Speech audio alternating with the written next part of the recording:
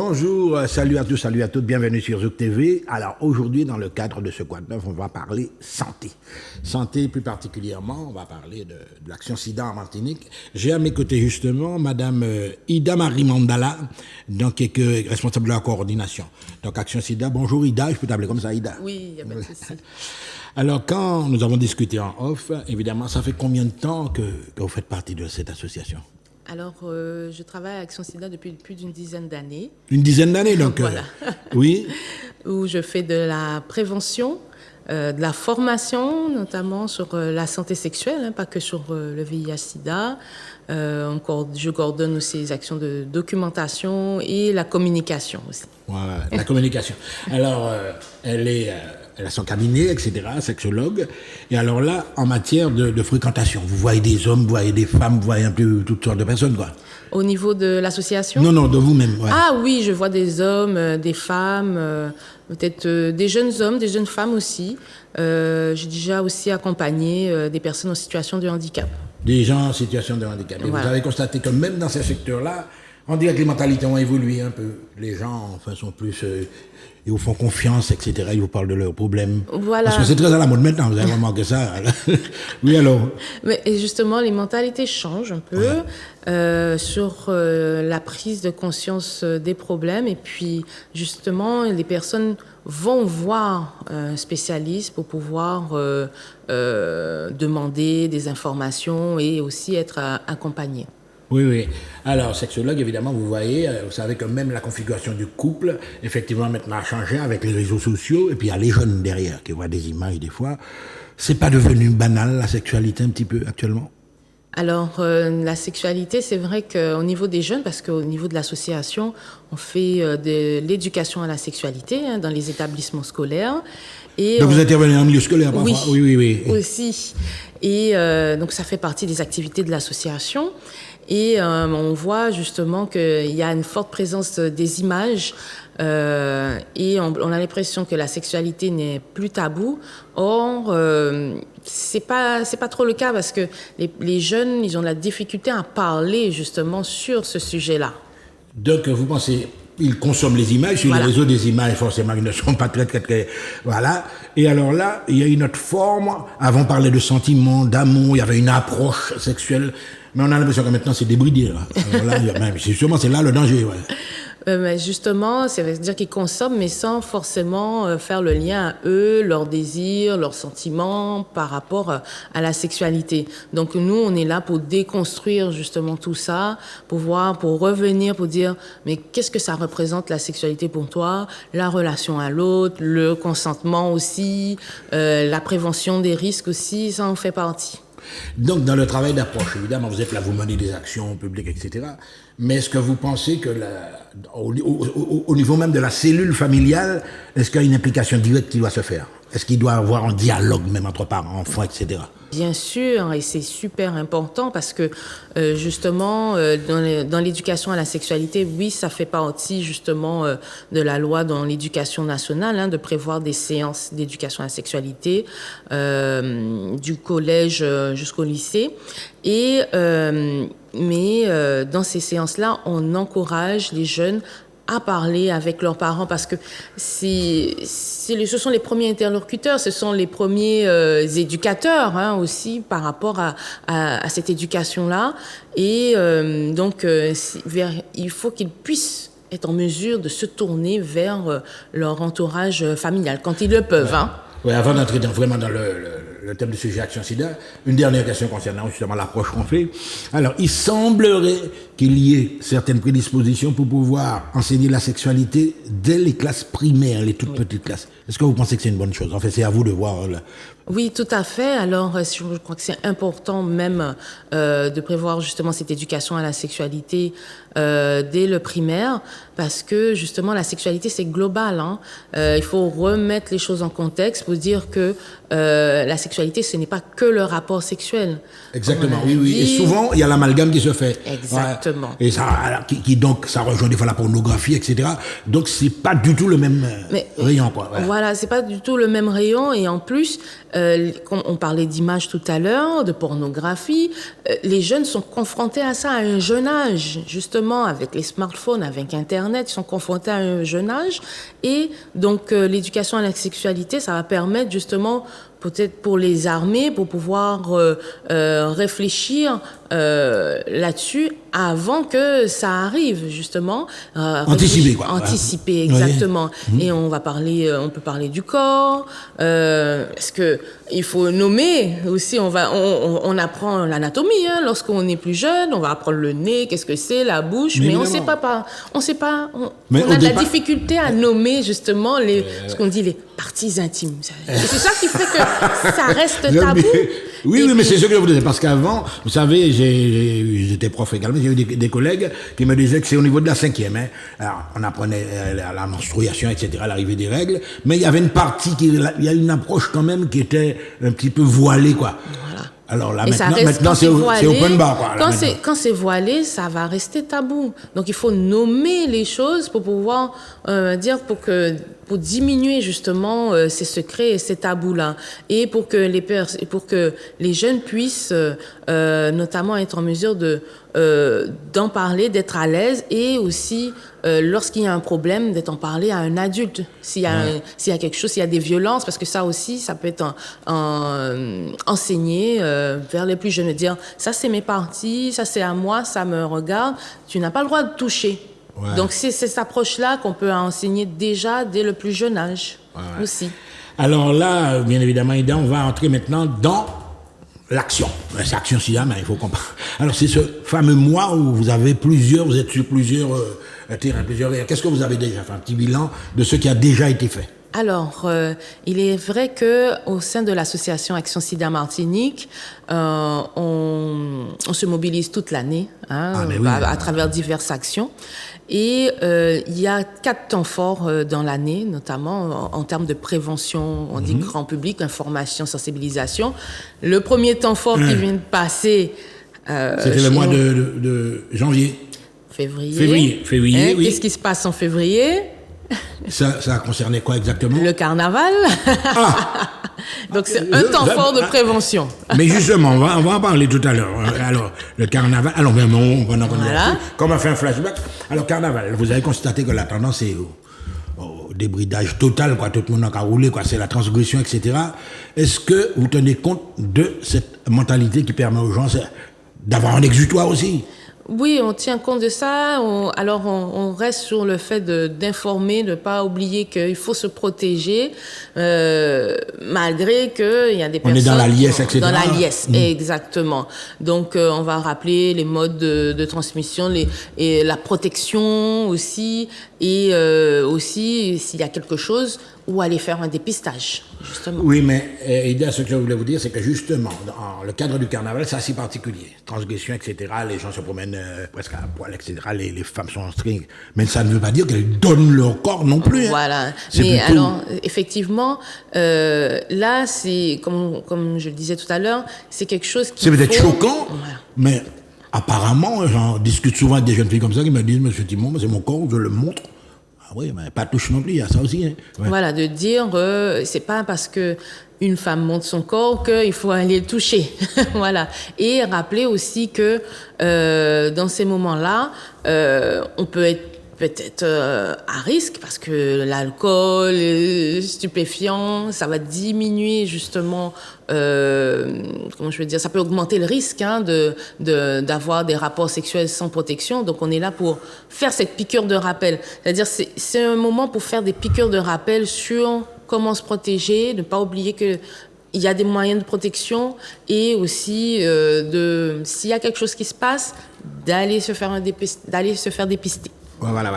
Alors, quand on parle de protection, carnaval, etc., on a vu l'effet préservatif, etc. Est-ce que vous pensez que réellement ça a fonctionné, ça? Alors, parce que ça fait des années qu'on en parle, mais on constate qu'on revient à la case départ à chaque fois, quoi.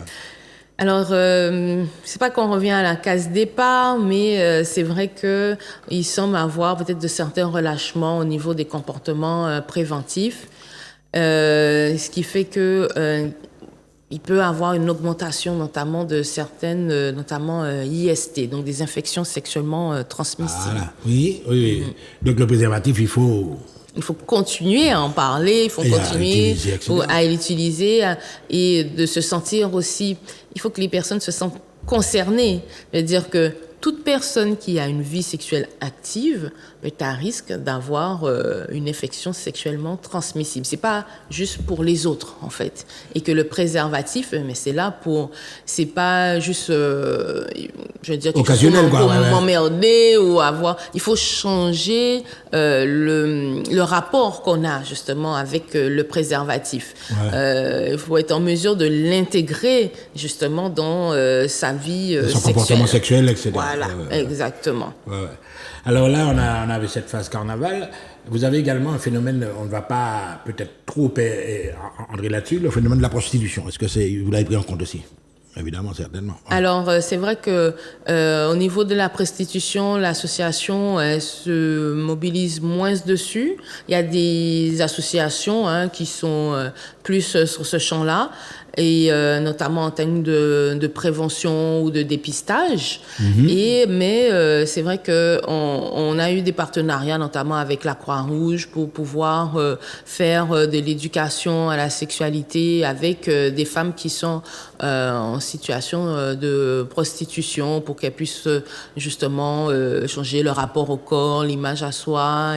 Mais ça fait partie d'un programme général avec la Croix-Rouge. Donc ça, c'était février. Février, vous n'avez plus rien à ajouter concernant février. Vous alliez toujours dans les écoles régulièrement, parce que vous allez dans les établissements scolaires régulièrement. C'est vrai que c'est une période où on a beaucoup de demandes aussi au niveau des établissements scolaires, au niveau des actions grand public, pour rappeler encore une fois, d'informer, sensibiliser tous les publics, c'est pas que les jeunes. Mais justement, je voulais y arriver. J'ai parlé beaucoup de collèges, de lycées, etc. Mais les personnes âgées, il y a des associations, etc. Voilà. L'information, elle doit passer par là aussi. Effectivement, vous avez tout à fait raison. Et quand je parle de se sentir concerné, alors ce sont des publics des fois qui ont de la difficulté avec ça et qui mentionnent, non, c'est pour les jeunes. Mais moi, c'est là, justement. Voilà. Nous, ça ne nous concerne pas. Nous, en fait, en nous. Exactement. Alors que il y a des CIST qui ça touche tout le monde, comme on l'a dit. Et justement, les personnes doivent justement se sentir concernées pour se dire, quand il y a un rapport sexuel, je dois mettre un préservatif ou je dois aller me faire dépister. Toujours dans l'optique de l'intergénérationnalité, juste où le grand qui a parlé bas pitié, etc. Parce qu'avant, c'était ça, c'est les mamies qui donnaient les conseils. Faut souvent, des fois, les mamans oublient ça. Donc, c'est un petit peu aussi dans cette optique-là. C'est dans cette optique-là, mais c'est aussi pour se dire, je veux dire, ça peut être un peu l'inverse, pour se dire que c'est interactif, quoi. Voilà, c'est horizontal. Parce que je veux dire que les personnes, les seniors, ont aussi une sexualité. Et ça, on leur parle pas. Ça, souvent, on l'oublie. Non, mais je ne sais pas quelle idée j'ai eue.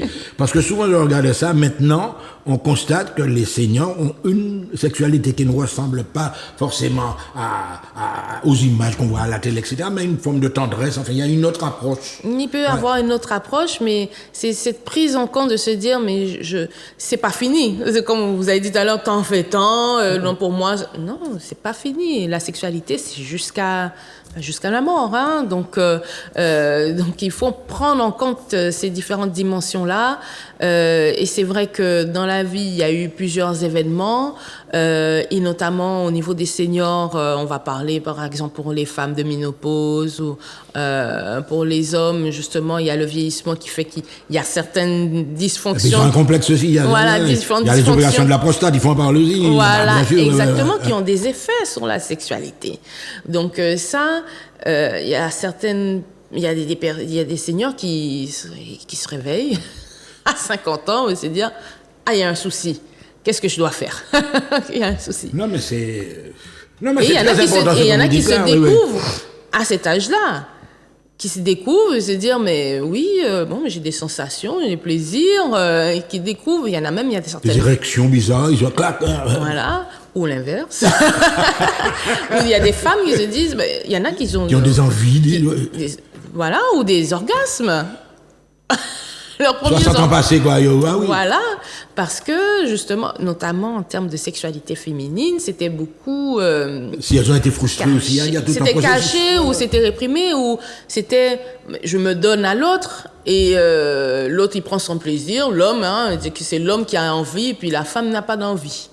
Et ça aussi, ça va de pair justement dans la compréhension de sa sexualité. Donc, je veux dire, mais tout le monde peut avoir une vie sexuelle épanouie. Épanoui, équilibré aussi. Ouais. Alors là, mesdames et messieurs, vous avez compris qu'on est en plein dans la sexualité. Voilà. Alors, regarde, bon, ça c'était février. Là maintenant, carême, boum, tout le monde abstinence. Ben, est-ce que justement... non, mais c'est ça. Le Chacun système fait judéo-chrétien... C'est son choix hein, aussi c'est par une région rapport une saison de repos, on va dire. Tranquille. Alors, carême, mars, qu'est-ce que vous avez envisagé là? Alors là, au mois de mars, c'est au niveau national, il y a le SIDAction. Ouais. Et c'est une période justement qui permet de récolter des dons pour la lutte contre le sida. Pour se dire que c'est toujours là, même si ça fait 30 ans, plus de 30 ans hein, qu'on combat, qu'on lutte. C'est toujours présent, c'est toujours une maladie chronique hein, qu'on ne peut pas guérir. Donc c'est un temps pour rappeler justement que c'est une maladie qui est toujours présente, qui tue encore aujourd'hui. Hein, malgré qu'il y a eu beaucoup d'avancées thérapeutiques dessus, mais qu'il y a encore aussi des personnes qui se font infecter hein, par le virus du sida. Alors, on va avoir une petite digression également. Vous m'avez parlé de vos origines haïtiennes, etc., en Afrique. Est-ce que dans ces pays-là, justement, la vigilance est de mise? Alors, vigilance, parce que en fait, il faut voir ça de de manière... sida dans ces pays-là. Mais il y a des associations. Et notamment, je peux dire aussi que SIDAction, c'est une association au niveau national en France, mais qui finance aussi des associations, notamment en Afrique. Donc, ils financent des associations en France et aussi en Afrique pour justement accompagner, pour les soins médicaux, donc sur plusieurs axes. Et je ne veux pas dire qu'il y a moins de vigilance, mais il faut voir ça dans la globalité du système, que ce soit le système de soins, moyens aussi, il y a les moyens thérapeutiques, au niveau des médicaments qui peuvent être fournis ou qui se fait dépister. Est-ce que c'est des pays qui sont en situation de guerre? Donc, il y a plusieurs paramètres à prendre en compte. Les cas de figure, voilà. Alors, on va revenir à nos actions, la Martinique, même locale, etc. Qu'est-ce qui est prévu? Donc, c'est le... Alors, vous avez lancé un appel aux dons. Voilà, c'est ce week-end, le SIDAction. Ce week-end, hein, là? Voilà, du 22 au 24 mars. Donc, ce week-end, vous allez sûrement voir apparaître sur les chaînes de France Télévisions, notamment le ruban rouge avec appelé au 110. Mais alors, ça, c'est au niveau national. Mais en Martinique, nous, on se mobilise. Il faut dire que la Martinique, justement, se mobilise pour le SIDAction. Et nous, on a proposé des actions, notamment l'ouverture de l'association à tout le monde, au grand public. Donc, ça commence samedi ou alors demain. Demain. Voilà, le vendredi 22 mars, les personnes peuvent venir à l'association. Nous sommes situés à Cité-Dillon, au 267 avenue du Docteur Maurice Monrose. Et vous pouvez venir faire votre don à l'association. Et vous allez pouvoir échanger avec les personnes qui sont sur place si vous avez des questions notamment. Et aussi, bon, si vous n'êtes pas sur Fort-de-France, vous pouvez toujours vous rendre... on a fait des partenariats avec différents partenaires, en fait. Donc, il y a des communes, par exemple, références où les gens pourront... C'est pas des Trinité, Saint-Pierre. Ah non, vous avez pas fait tout ça, non? C'est plutôt centré. Hein? On est plutôt sur le centre. Hein? Fort-de-France. Voilà. Et donc, il y a notamment la Villa Martinique. Il y a aussi, on a fait un partenariat avec le Cloud, qui est un resto-bar qui propose un cocktail ruban rouge. Donc, vous prenez votre cocktail, vous sirotez, hein, vous faites votre 5 à 7 et en même temps vous sirotez votre cocktail. Attends, excusez-moi, le cocktail, c'est stratégique, ça fait partie également de l'opéra. Voilà. Sur le cocktail, il y a 2 € qui vont... Exactement, ce que j'allais dire, c'est qu'il y a une partie qui est reversée à l'association. Voilà. Alors, il y a aussi d'autres partenaires, voilà, de mémoire. Si vous allez, il y en a qui je nomme le coiffeur, il y a JSR aussi, Naya La Beauté. Donc, ça fait partie des partenaires qui, vous pouvez vous rendre chez eux pour pouvoir faire un don. On arrive dans la dernière ligne droite. Alors, vous avez parlé du 22, vendredi 22, samedi 23, ça jusqu'au 24. Voilà. Le week-end, quoi, vendredi, samedi, dimanche. Bon, oui, dimanche si ces partenaires-là sont ouverts. On est à la plage dimanche. Alors, après, c'est vrai que vous pouvez toujours passer à l'association, notamment si vous souhaitez faire un don. N'hésitez pas aussi à nous contacter directement.